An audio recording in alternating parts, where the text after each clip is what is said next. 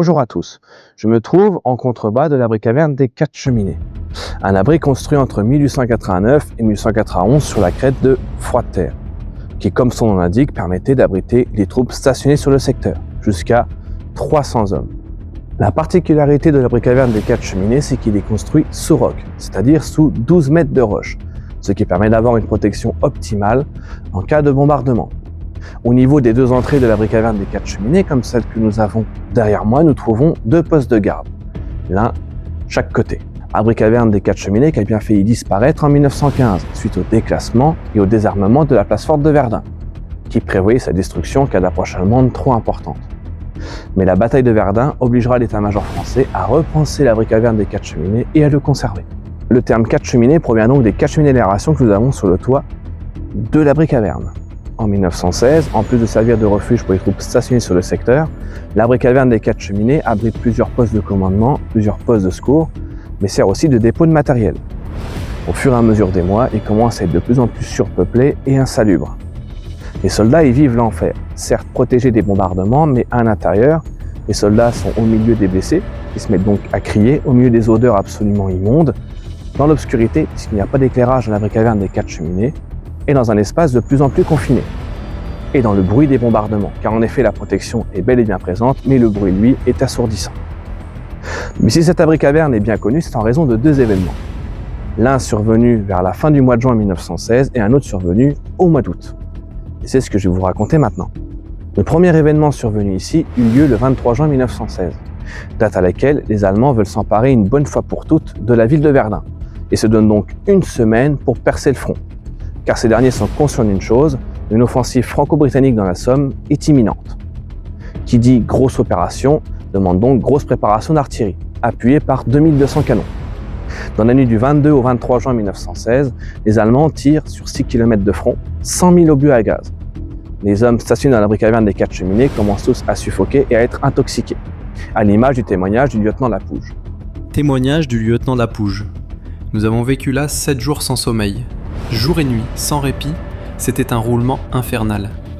Le terre-plein de l'abri, 100 fois troué, retourné, arraché, changeait d'aspect à chaque heure. Les blessés graves étendus dans l'abri furent tous intoxiqués. Beaucoup, faute d'un masque efficace, succombent dans de terribles agonies, les visages marbrés, tordus de convulsions exaspérées, tandis que leurs doigts crispés labouraient leur poitrine. En ce vendredi 23 juin 1916, les Allemands doivent attaquer 3 points d'importance majeure. Tout d'abord, la ID 103, ou 103e division d'infanterie allemande, doit conquérir le fort de Souville pour descendre directement sur Verdun.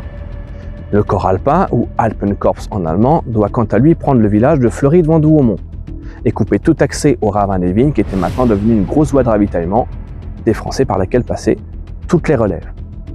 Et les 1er et 3e corps bavarois doivent quant à eux prendre la crête Thioumont-Froide-Terre et descendre ensuite sur le fleuve de la Meuse, donc de prendre l'abri caverne des 4 Cheminées, mais aussi l'ouvrage de Froide-Terre à 1 km un peu plus haut. Par chance, l'attaque est disproportionnée, car en effet, la ID 103 n'arrive pas à s'emparer du fort de Souville. Mais du côté de la crête Thioumont-Froide-Terre, les troupes bavaroises se heurtent au 121e bataillon de chasseurs à pied, qui était composé à ce moment-là de 1150 hommes. L'attaque débute à 6h30 et en plusieurs heures de combat, le bataillon disparaît. Les hommes sont soit faits prisonniers, soit tués au combat, portés disparus ou blessés. Les Allemands peuvent donc maintenant s'engouffrer sur la crête Thioumont-Froide-Terre et avancer près de l'ouvrage de Froide-Terre. Ainsi, en parallèle de l'attaque de l'ouvrage de Froide-Terre, le 24e régiment d'infanterie bavarois a pour but de prendre l'abri caverne des 4 Cheminées. Vers les 10h, le régiment approche de l'abri en montant sur le toit, mais les Français le défendent très bien, puisqu'ils ferment maintenant toute entrée, ils sont maintenant protégés par des mitrailleuses ou des tirs d'armes légères. Il est donc impossible pour les Allemands d'attaquer l'abri caverne des 4 Cheminées directement de front. En plus, les portes sont maintenant bel et bien fermées. Les Allemands maintenant n'ont pas d'autre choix de prendre leurs grenades et de les lancer dans les cheminées d'aération, dans le but de créer un mouvement de panique ou de conduire à l'effondrement de l'abri. Mais en effet, avant même de parler des jets de grenades, il faut revenir sur la préparation d'artillerie, qui a été intense.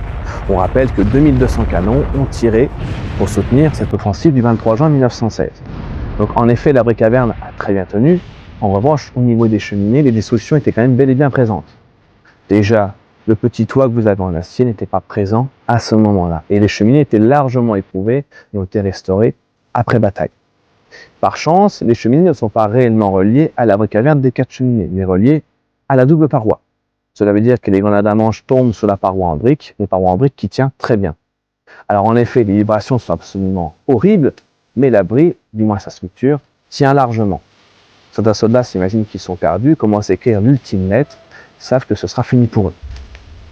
Néanmoins, in extremis, depuis le ravin des Vignes, arrive le 114e bataillon de chasseurs à pied et 2 compagnies du 297e régiment d'infanterie, qui sauvent in extremis l'abri caverne des 4 cheminées et peuvent maintenant se porter au secours de l'ouvrage de Froidterre. Il était à peu près 11 h du matin. Donc en effet, la structure a été mise à rude épreuve, mais a bel et bien prouvé son intégrité et sa solidité, puisqu'elle a très bien tenu malgré les jets de grenades. Le deuxième événement survenu le 8 août 1916 dans l'abri caverne des 4 cheminées est devenu beaucoup plus célèbre que le premier. Car en effet, ce jour-là, Pierre Casalis de Fondous, un capitaine du 1er hussard devenu agent de liaison, trouve la mort dans un brasier incontrôlable. Nous sommes alors le mardi 8 août 1916, il est à peu près 10 h. Ce jour-là, l'abri caverne des 4 cheminées est peuplé par une quarantaine de blessés immobilisés sur leur brancard, mais aussi par les hommes des 71e et 81e régiments d'infanterie, qui étaient donc ici en attente. À l'intérieur de l'abri, on trouve également plusieurs caisses de grenades qui vont avoir un rôle assez important pour la suite des événements. Vers les 10 h, un obus de 210 mm tape l'une des 2 entrées. Celle de droite, celle qui se trouve donc juste derrière moi. Après l'explosion, un incendie se déclenche, incendie qui gagne du terrain, qui commence à entrer dans l'abri de par les appels d'air et qui commence à brûler tout ce qui se trouve autour de lui. L'obus de 210 mm qui est explosé au niveau de l'entrée droite empêche maintenant tout accès vers cette dernière. Les Français restés à l'intérieur de l'abri mais qui sont maintenant face à un incendie qui prend de plus en plus de terrain n'ont pas d'autre choix de sortir de par l'entrée gauche qui se trouve juste à côté de moi. Les hommes courent dans tous les sens, c'est la débandade à l'intérieur de l'abri, mais beaucoup arrivent à sortir par ici et rejoignent l'extérieur, où ils peuvent enfin respirer.